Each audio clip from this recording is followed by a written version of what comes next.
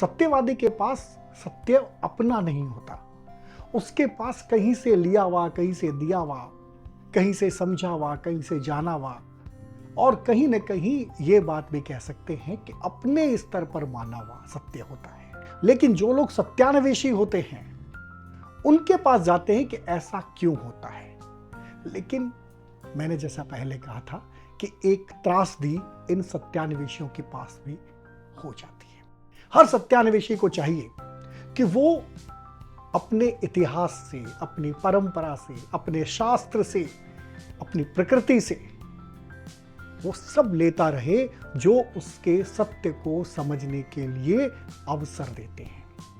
तात्कालिकता के लिए, ध्यानाकर्षण करने के लिए, लोगों को एक सम्मोहित करने के लिए, विस्मित करने के लिए आपने कुछ कहा और आपका कहा हुआ सत्य मान लिया गया।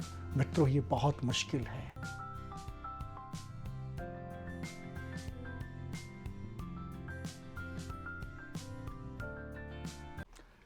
कुछ लोग सत्यवादी होते हैं और बहुत कम लोग होते हैं जो सत्यान्वेषी होते हैं।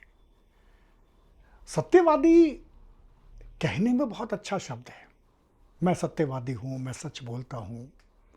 वस्तुतः ये जो बात कहने वाले लोग होते हैं वो ये साबित करना चाहते हैं कि मैं झूठ नहीं बोलता। लेकिन सत्य कौन सा, सत्य कैसा, क्या इस पर किसी सत्यवादी ने गौर किया है? जबकि सत्यान्वेषी इन सब बातों पर गौर करता है, वो अन्वेषण करता है। और ये जो अन्वेषण का गुण है वही मैं जो बार बार कहता हूं सतत प्रक्रिया की ओर लेके जाता है, आपको एक जगह रुकने नहीं देता। सत्यवादी के पास सत्य अपना नहीं होता। उसके पास कहीं से लिया हुआ, कहीं से दिया हुआ, कहीं से समझा हुआ, कहीं से जाना हुआ, और कहीं न कहीं ये बात भी कह सकते हैं कि अपने स्तर पर माना हुआ सत्य होता है। लेकिन सत्यान्वेषी मानता नहीं है, वो जानने की प्रक्रिया में लगा हुआ रहता है। और इस कोशिश में हालांकि कई बार एक खास तरह के भ्रम का शिकार भी हो जाता है, जिसमें उसको यूं लगता है कि वो वापस वहीं का वहीं घूम घूम करके एक जगह पर आ रहा है। लेकिन उसके जो सत्यान्वेषण की जो ये धारा है वो उसको धार देती रहती है, उसके सोच को धार देती है, उसके विश्लेषण को धार देती है। और एक दिन हम सबके सामने वो एक सत्यान्वेषी के रूप में, इस रूप में भी प्रकट हो जाता है कि हम लोग जाकर के पूछते हैं कि इसका कारण क्या, इसकी वजह क्या, ये क्यों होता है। आपने देखा होगा बहुत सारे लोग जो ये दावा करते हैं कि मैं सत्य बोलता हूं, उसके पास लोग पूछने के लिए नहीं जाते। लेकिन जो लोग सत्यान्वेषी होते हैं उनके पास जाते हैं कि ऐसा क्यों होता है। लेकिन मैंने जैसा पहले कहा था, एक त्रासदी इन सत्यान्वेषियों के साथ भी हो जाती है कि वे जहां से सफर करते हैं, जहां से अपनी यात्रा को शुरू करते हैं, वहीं आकर के फिर से ठहर जाते हैं। और इस यात्रा से अगर बचना है किसी को, किसी भी सत्यान्वेषी को बचना है, तो इस दंभ से अपने आप को बचाना होगा कि वो सब जानता है। बल्कि वो जहां से शुरू कर रहा है उसको एक मानने की गलती से उसे बचना होगा। बहुत सारे लोग जो अब शुरू से शुरू करने की बात करते हैं, 1 से 100 तक की बात करते हैं, वो इस तरह की गड़बड़ी के शिकार हो जाते हैं, इस तरह की त्रासदी के शिकार हो जाते हैं। हर सत्यान्वेषी को चाहिए कि वो अपने इतिहास से, अपनी परंपरा से, अपने शास्त्र से, अपनी प्रकृति से वो सब लेता रहे जो उसके सत्य को समझने के लिए अवसर देते हैं।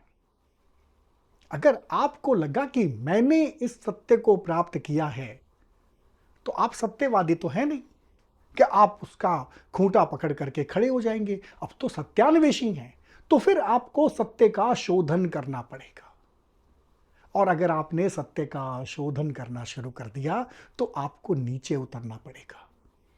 आपको आगे बढ़ने से पहले गहराई में जाना पड़ेगा, आपको आगे बढ़ने से पहले पीछे आना पड़ेगा और यह देखना पड़ेगा कि इस सत्य को लेकर के अब तक क्या क्या सोचा गया है, क्या क्या कहा गया है। तो आपको लगेगा कि बहुत सारी बातें तो हो चुकी है।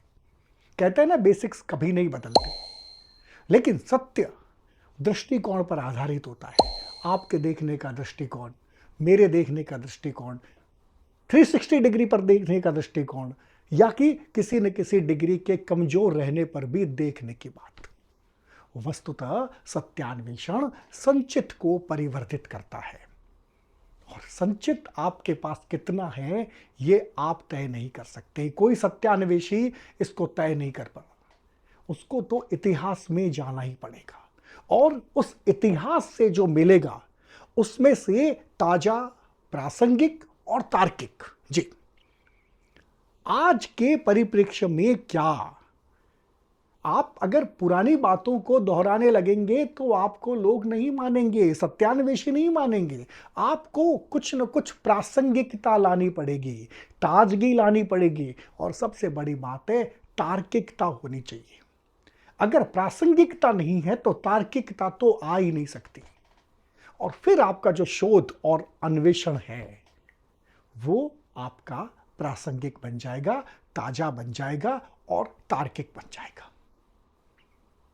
सत्यान्वेषण वस्तुतः बीज को उगाना है, लेकिन आप हथेली पर बीज रख लें और यह कह दें कि हवा इसको लग रही है,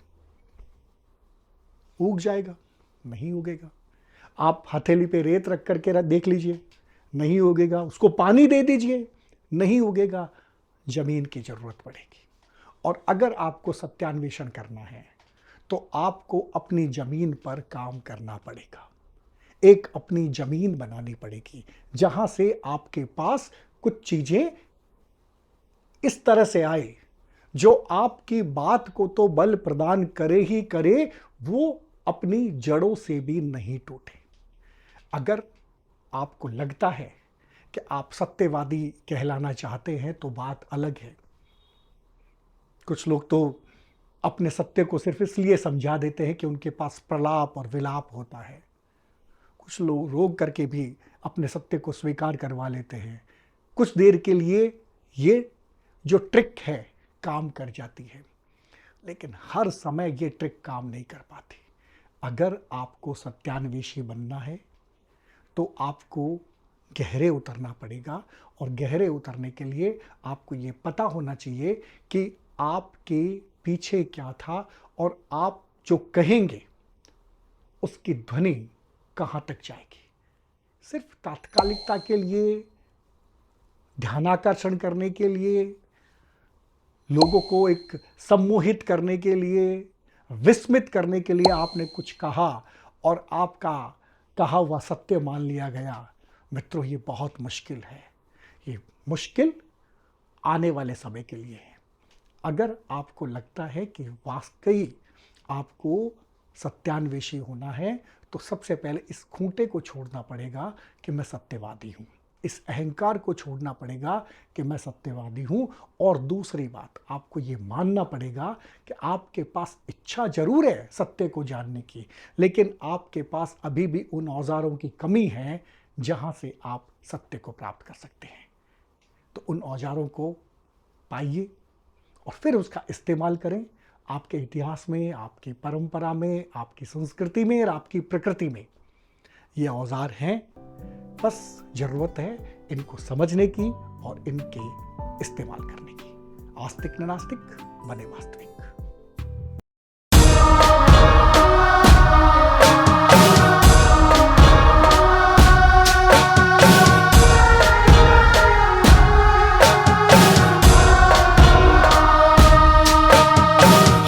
अंधेरा आज हम तो जीत लेंगे।